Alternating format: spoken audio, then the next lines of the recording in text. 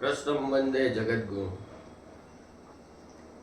આપણું પોરબંદર, ગ્રીન પોરબંદર, હરિયાળું પોરબંદર, આવા સુંદર અભિયાનની શરૂઆત અમારા પોરબંદરના જ red cross society, pioneer club સાથે મળી અને એક પ્રકૃતિને બચાવવા માટેનો યજ્ઞ કરી રહ્યા છે, જે ખૂબ આનંદની વાત છે.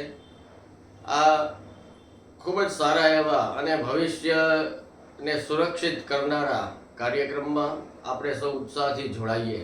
કારણ કે વૃક્ષ છે તો જ પ્રકૃતિ છે, વૃક્ષ છે તો જ એના નીતિ નિયમો, જે ચોમાસું, શિયાળો, ઉનાળો વગેરે ઋતુઓનું ચક્ર છે કે જે આપણું ગ્રીન કવર ઓછું થવાથી ઇમ્બેલેન્સ થઈ ગયું છે, અસંતુલિત થઈ ગયું છે, જેના કારણે પ્રતિવર્ષ આપણને સૌને પારાવાર ગરમીનો સામનો કરવો પડે છે.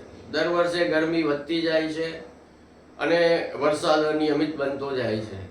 આવા કપરા સમયમાં આપણી આવનારી પેઢીને બચાવી હશે તો વૃક્ષોનું જતન કરવું પડશે, વૃક્ષોનું વાવેતર કરવું પડશે.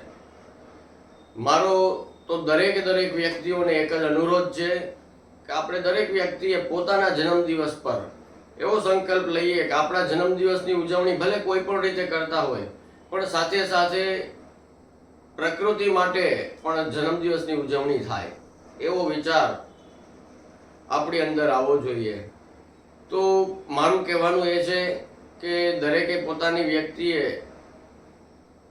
જેમ કોઈનો જન્મદિવસ હોય અને ઉંમર એમની જેટલી થતી હોય, એટલા વર્ષ થતા હોય, એટલા જ વૃક્ષો વાવી અને પોતાના જન્મદિવસની ઉજવણી કરવી જોઈએ.